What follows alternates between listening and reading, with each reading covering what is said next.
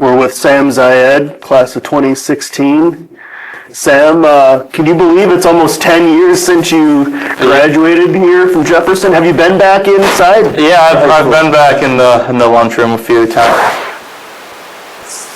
Getting old.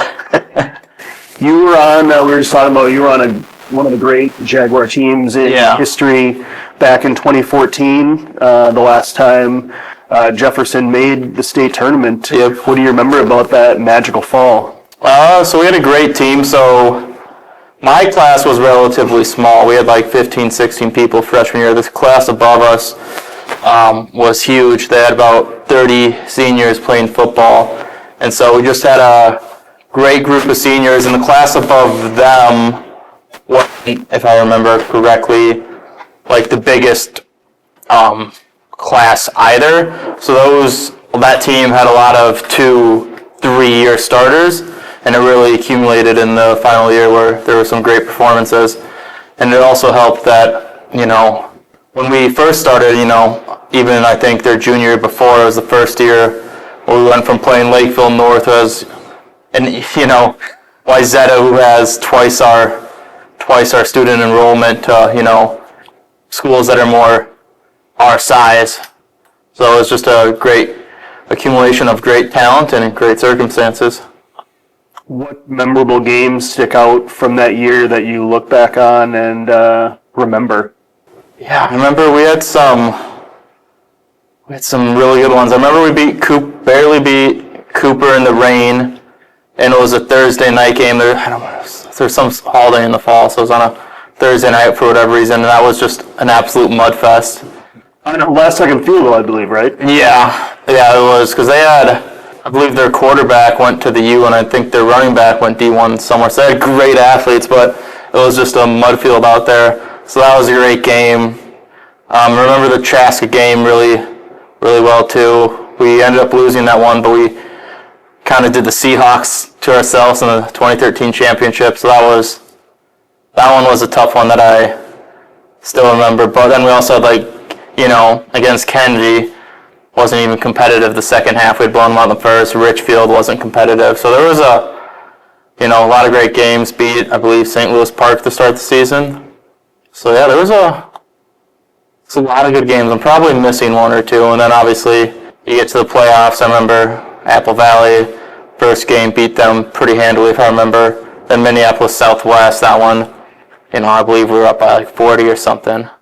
So yeah, it was a lot of great games and some close ones too. How did it feel to get to that state tournament, especially not your class, but the class above where they had, more than 30 seniors? Yeah. It's not something that Jefferson gets around here anymore. No, it was a great accomplishment. Yeah, it was awesome to be a part of because, winning makes everything more fun. And, we had high expectations going into the year just because, I think there was probably between 10 and 15 returning starters, and a lot of people who just, were really good but had to wait their turn behind a senior in their senior year previously. So the expectations were high, and, I think we had an awesome season. Just, once we got to the state, it kind of wasn't our best performance, but still really proud of the fact that we made it. Growing up, when did you decide you wanted to be a football player, and more specifically a football player for Jefferson eventually? So always knew I wanted to play football growing up just because of, physical sport. I, never had the greatest speed, wasn't going to be a star running back by any means or any of that. But in football with size, strength, and I could kind of put it all together, and so it was just a great fit for me, and it was always going to be super exciting to play for Jefferson because you have those BAA nights growing up, and you get to go to the field, and it's a cool experience at Lincoln. I think now they're here this year, but no, from that point, it's like, yep, we're doing this, and even through the down years, there was never any doubt we were going to play because my freshman year, as I said, we had 16 people on the freshman team, and we were still in the big division, so we played Lakeville North, did not go our way.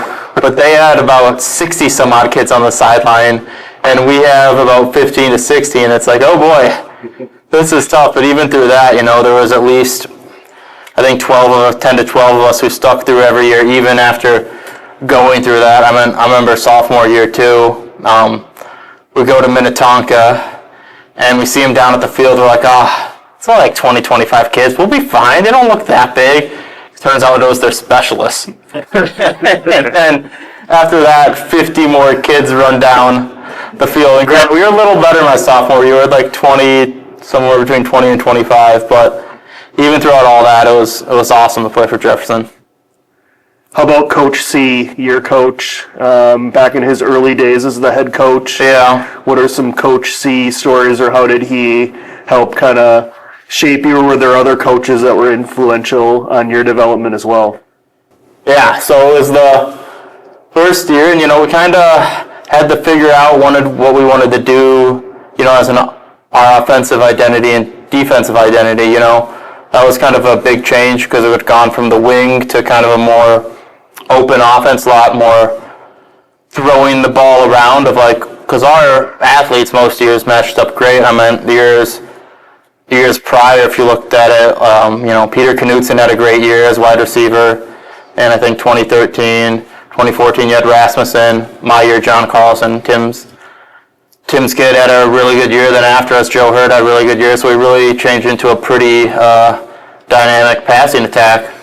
It kind of changed from more of that to passing, which, to our credit, that worked out really well for us because that was, our wide receivers were some of our biggest strengths, and we always had capable quarterbacks. My year we had Jack Tillotson. He was a great thrower of the ball. Years prior, Zach Ubin, great thrower of the ball. So it kind of, it's kind of how do we get points and score with what we have, and really kind of turn into a pass-first offense, but led us to major success. That was all under Tim and Coach Schmitty, who was my freshman year coach, but then he became the offensive coordinator, and so that was great credit too. Do you remember any famous Coach C post-game speeches or halftime speeches that stick out?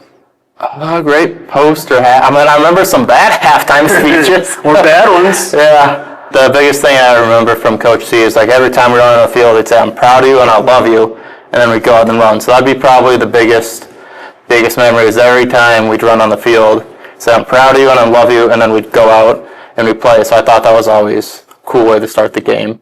As far as halftime speeches and post-game, there was the post-game one after Minneapolis Southwest to go to state. That one was pretty cool just because they let the students storm the field, so to speak, so everyone was there for that, so that one was exciting. What does it mean to you to have been a Jaguar football player? Still proud that played here, had awesome times. It's kind of to try and make the best of it and then make it better, pass it down for the next year. So, I'm super proud to have played here, proud of, all my teammates, and it was a good time, even through the ups and the downs, I, wouldn't change it. Anything else you want to talk about? About, friends that you still keep in touch with? If I see any of them out still, it's still good to catch up, good to see everyone. There were really good bonds made to that because we basically, because our class was so small, it was basically the same 10 to 12 of us every year. All right, we got to figure out a way to make this work because we all grew up through BAA. It wasn't where we were playing other cities. We were all playing each other growing up, so everyone knew each other, and it was really proud of those who stayed committed, even though sometimes you go up against Lakeville North and they have 5 times the size of your team.